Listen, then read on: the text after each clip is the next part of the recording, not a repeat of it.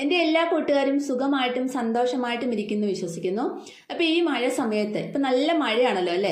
മഴ സമയത്ത് നമ്മുടെ റോസാ ചെടിയിൽ നല്ലവണ്ണം പൂക്കൾ ഉണ്ടാവാൻ സഹായിക്കുന്ന നല്ലൊരു ഫെർട്ടിലൈസറാണ് പറഞ്ഞു തരുന്നത്. അതുകൂടാതെ റോസയിലെ മുരടിപ്പ് പെട്ടെന്ന് മാറാൻ സഹായിക്കുന്ന ഒരു സൊല്യൂഷനോട് പറഞ്ഞു തരുന്നുണ്ട്. അപ്പോൾ വീഡിയോ സ്കിപ്പ് ചെയ്യാനേ കാണണം കേട്ടോ. നല്ല രീതിയിൽ പൂക്കൾ ഉണ്ടാവണമെങ്കിൽ നമ്മൾ നല്ല നല്ല ഫെർട്ടിലൈസർ കൊടുക്കണം. എന്ന് പറഞ്ഞുകൊണ്ട് ഈ മഴക്കാലത്ത് ഒരുപാട് ഫെർട്ടിലൈസർ കൊടുക്കണ്ട. എങ്കിൽ പോലും മഴയില്ലാത്ത സമയം വരുമ്പോൾ നമുക്ക് നല്ല രീതിയിലുള്ള ഫെർട്ടിലൈസർ കൊടുക്കാം. റോസാ ചെടി ഒരുപാട് വളം ആഗ്രഹിക്കുന്ന ചെടിയാണ്. അതുകൊണ്ട് നമ്മൾ ഇടയ്ക്കും ഒക്കെ കൊടുത്തേ മതിയാവത്തുള്ളൂ. അപ്പോൾ പുതിയ തളിർപ്പുകളും പൂക്കളും ഒക്കെ വന്ന് നിറയാനായിട്ട്, അത് വലിയ കളറോടുകൂടിയ പൂക്കൾ നിറയാനായിട്ട് നമുക്കൊരു കാര്യം ചെയ്ത് കൊടുക്കാം. അതിനായിട്ട് നമുക്ക് അന്നത്തെ അരി കഴുകിയ വെള്ളമോ അല്ലെങ്കിൽ അന്നത്തെ കഞ്ഞി വെള്ളമോ ഒരു പാത്രത്തിലേക്ക്, ഒരു അടപ്പുള്ള പാത്രം എടുക്കണം കേട്ടോ.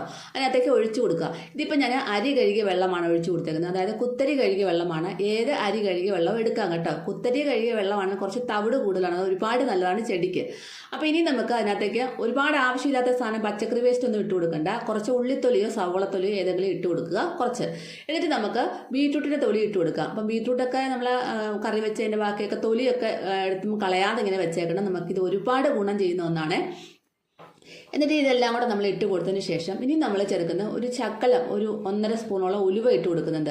അപ്പോൾ ഈ ഉലുവ ഇടുന്നത് നമ്മുടെ ചെടികളിലെ മുരടിപ്പ് മാറാനായിട്ട് ഒത്തിരി നല്ലതാണ്. ഉലുവ കുതിർത്ത വെള്ളം വെറുതെ സ്പ്രേ ചെയ്ത് കൊടുത്താലും നമ്മുടെ റോസാ ചെടിക്കൊക്കെ ഒത്തിരി ഗുണം ചെയ്യും. ഉലുവ മുരടിപ്പ് മാറാനായിട്ടും അതുപോലെ തന്നെ ചെടികൾ ധാരാളം പൂക്കൾ ഉണ്ടാവാനായിട്ടും ഒക്കെ ഉലുവ നല്ലതാണ്.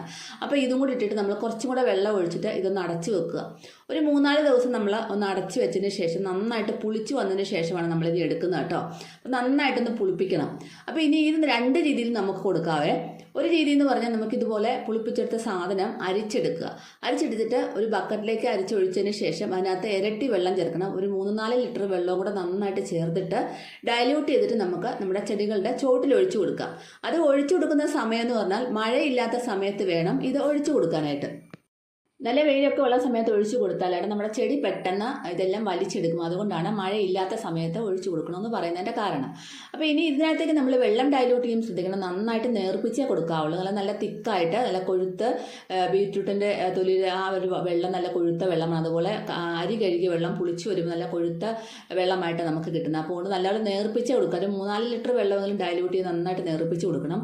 എന്നാൽ മാത്രമേ നമുക്ക് നല്ല രീതിയിൽ റിസൾട്ട് കിട്ടത്തുള്ളൂ. പിന്നെ ഇനി നമുക്ക് വേറൊരു കാര്യം ചെയ്യാം. ഇതിലേക്ക് ഇപ്പം നമുക്ക് എത്രയാണോ വെള്ളം കിട്ടുന്നത് അതിനകത്തേക്ക് നമുക്ക് 1.5 ലിറ്റർ വെള്ളം കൂടി ഡൈല്യൂട്ട് ചെയ്തിട്ട് നമ്മുടെ ചെടികളുടെ ഇലകളിൽ നന്നായിട്ട് സ്പ്രേ ചെയ്ത് കൊടുക്കാം. അപ്പോൾ ഇങ്ങനെ ഈ മഴ സമയത്ത് ഇതുപോലെ നിങ്ങൾക്ക് ചോട്ടിലൊഴിച്ചു കൊടുക്കാൻ മടിയാണെങ്കിൽ സ്പ്രേ ചെയ്ത് കൊടുത്തു കഴിഞ്ഞാൽ നല്ല രീതിയിൽ പുതിയ തളർപ്പും പൂക്കളും ഒക്കെ വന്ന് നിറയാൻ സഹായിക്കുന്നു. അതുപോലെ തന്നെ മുരടിപ്പൊക്കെ മാറി നല്ല ഹെൽത്തി ആയിട്ട് വളരാനായിട്ട് സഹായിക്കുന്നു. അപ്പോൾ ഇനി നമുക്ക് നല്ലൊരു സൊല്യൂഷൻ പറഞ്ഞു. അതായത് റോസാ ചെടിയുടെ മുരടിപ്പ് ഈ മഴ സമയത്ത് ഏറ്റവും വലിയ പ്രശ്നമാണ് മുരടിച്ച് നിൽക്കുക എന്നുള്ളത് അല്ലേ.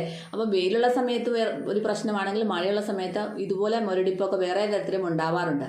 കൂടുതലും പ്രാണികളുടെയും വണ്ടുകളുടെയും ഒക്കെ ശല്യം കൊണ്ട് തന്നെ മുരടിപ്പ്, ത്രിപ്പിൻ്റെ ശല്യം കൊണ്ടൊക്കെ ഒരു മുരടിപ്പ് ഉണ്ടാവാറുണ്ട്. അപ്പോൾ അതിൻ്റെ ആ ഒരു സമയത്ത് മുരടിപ്പുള്ള ഭാഗങ്ങൾ നമ്മൾ കട്ട് ചെയ്ത് പെട്ടെന്ന് ഒഴിവാക്കുക കേട്ടോ. അത് വെച്ചുകൊണ്ടിരിക്കേണ്ട. കട്ട് ചെയ്ത് ഒഴിവാക്കിയിട്ട് നമുക്ക് നല്ലപോലെ മഞ്ഞൾപ്പൊടിയൊക്കെ ഒന്ന് പുരട്ടി കൊടുക്കാം. അതുപോലെ തന്നെ നല്ലൊരു സൊല്യൂഷൻ സ്പ്രേയും ചെയ്ത് കൊടുക്കാം. അതിനായിട്ട് 1/2 കപ്പ് അരി കഴുകിയ വെള്ളമോ അല്ലെങ്കിൽ കഞ്ഞി വെള്ളമോ എടുക്കുക കേട്ടോ. അപ്പോൾ നല്ല രീതിയിൽ മുരടിപ്പ് മാറാനായിട്ട് ഇത് രണ്ടും നല്ലതാണ്. അപ്പോൾ 1/2 കപ്പ് അരി കഴുകിയ വെള്ളമാണ് ഞാൻ എടുത്തേക്കുന്നത്. ഇതിനകത്തേക്ക് ഞാൻ ഒരു 1/2 ടീസ്പൂണോളം മഞ്ഞൾപ്പൊടി കൂടെ ചേർത്ത് കൊടുക്കുന്നുണ്ട്. അപ്പോൾ മഞ്ഞൾപ്പൊടി ഈ ഫംഗൽ ഡിസീസും അതുപോലെ തന്നെ ഇല മുരടിപ്പും ഒക്കെ മാറാനായിട്ട്, ഇലകൾ മഞ്ഞ നിറമായി പോകുന്ന പ്രശ്നമൊക്കെ മാറാനായിട്ട് ഒത്തിരി നല്ലതാണ്. അപ്പോൾ 1/2 ടീസ്പൂൺ മഞ്ഞൾപ്പൊടിയുടെ ചേർത്ത് കൊടുത്തു. എന്നിട്ട് നന്നായിട്ടൊന്ന് മിക്സ് ചെയ്തതിന് ശേഷം ഇതിനകത്തേക്ക് നമ്മൾ 1 ലിറ്റർ വെള്ളം കൂടെ ഡൈല്യൂട്ട് ചെയ്ത് 1-1.5 ലിറ്റർ വെള്ളം ഡൈല്യൂട്ട് ചെയ്തിട്ടുണ്ട്. അപ്പോൾ ചെടികളിൽ സ്പ്രേ ചെയ്ത് കൊടുക്കാനാണെങ്കിൽ 1 ലിറ്റർ വെള്ളം ഡൈല്യൂട്ട് ചെയ്ത് കൊടുക്കുക. എന്നിട്ട് സ്പ്രേ ചെയ്ത് കൊടുക്കുക. ഇല്ലാന്നുണ്ടെങ്കിൽ ചോട്ടിലൊഴിച്ച് കൊടുക്കാനാണെങ്കിൽ നമുക്ക് 1.5-2 ലിറ്റർ വെള്ളമോളം മാക്സിമം ചേർത്തിട്ട് നമുക്ക് ചോട്ടിലൊഴിച്ച് കൊടുക്കാം. അപ്പോൾ ഫംഗൽ ഡിസീസും കാര്യങ്ങളും ഒക്കെ ഉണ്ടെങ്കിൽ മാറിക്കിട്ടും. നല്ല രീതിയിൽ ഹെൽത്തി ആയിട്ട് വളരാനായിട്ട് സഹായിക്കുന്നു. അപ്പം ഞാൻ ചോട്ടിലൊഴിച്ച് കൊടുക്കുകയാണ് ചെയ്യുന്നത്. ഇടയ്ക്ക് ഞാൻ സ്പ്രേ ചെയ്ത് കൊടുക്കാറുണ്ട്. അപ്പോൾ ഇതുപോലെ നല്ല രീതിയിൽ ഒരു മുരടിപ്പൊന്നും ഇല്ലാതെ നല്ലപോലെ ഹെൽത്തി ആയിട്ട് വളരാനായിട്ട് ഒത്തിരി നല്ലതാണ് റോസയ്ക്ക്. അപ്പോൾ ഇതുപോലെ ഞാൻ നിലത്തൊക്കെ കുറേ റോസകൾ നട്ടിട്ടുണ്ട്. അപ്പോൾ അതെല്ലാം നല്ല രീതിയിൽ വരുന്നുണ്ട്. അപ്പോൾ ഇതുപോലെ നല്ല രീതിയിൽ, ഇത് കുറ്റി റോസയാണ് കേട്ടോ. കുഞ്ഞു പൂക്കളാണ് ഉണ്ടാകുന്ന, വട്ടത്തിൽ ബുഷിയായിട്ടുണ്ടാകുന്ന റോസയാണ്. ഇത് അധികം നാളായില്ലേ വെച്ചിട്ട്, പക്ഷേ എങ്കിലും നല്ല രീതിയിൽ പൂക്കൾ വരുന്നുണ്ട്. അപ്പോൾ ഇങ്ങനെയൊക്കെ ഉണ്ടാവാനായിട്ട് നമ്മൾ ഇതുപോലെ ഓരോന്ന് മാറി മാറി ചെയ്ത് കൊടുത്താൽ നല്ല രീതിയിൽ നമുക്ക് റിസൾട്ട് കിട്ടും. അതുപോലെ തന്നെ ഈ ഒരു സ്പ്രേ ചെയ്ത് കൊടുക്കുന്ന സാധനം നമ്മുടെ ജമന്തി ചെടിക്കൊക്കെ സ്പ്രേ ചെയ്തു. ജമന്തി ചെടിക്ക് മഴക്കാല സമയത്ത് ചെറിയ പ്രാണികളുടെ ശല്യമൊക്കെ ഉണ്ടാവാറുണ്ട്. അതെല്ലാം മാറിക്കിട്ടും.